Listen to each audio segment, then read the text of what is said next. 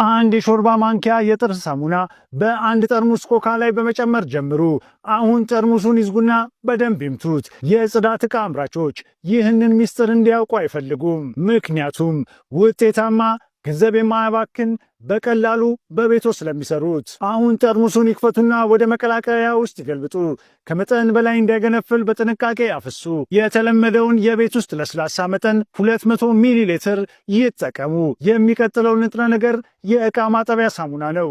3 የሾርባ ማንኪያ እንጨምራለን። ለማጽዳት ኃይላችንን የበለጠ ለመጨመር በመቀጠል ቤኪንግ ሶዳ እንጨምራለን። 1 የሾርባ ማንኪያ ይጨምሩና ለስላሳ ተመሳሳይነት ያለው ፈሳሽ እስኪያገኙ ድረስ በደንብ ይቀላቅሉት።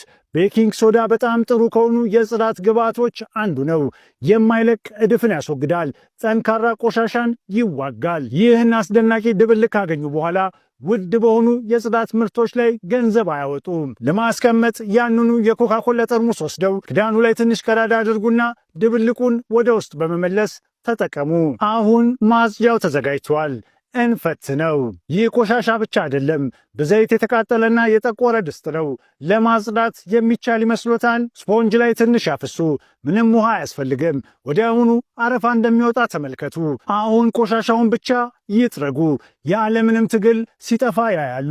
ወደ ቀደመ መልኩ ወዲያውኑ ይመለሳል። የዚህ ድብልቅ አስማት የሚገኘው በኮካኮላ የዕቃ ማጠቢያ ሳሙናና ቤኪንግ ሶዳ ጥምረት ነው። ቅባት ያጸዳል፣ ቆሻሻ ያስወግዳል፣ እናም የድስቱን አንጸባራቂነት መጀመሪያ ወደ ነበረበት ይመልሳሉ። ይህም አዲስ እንዲመስል ያደርገዋል። ይህንን የማይታመን ውጤት ተመልከቱ። አይገርምም? ይህ ብልሃት የእርሶን የጽዳት ሥራ ይለውጣል።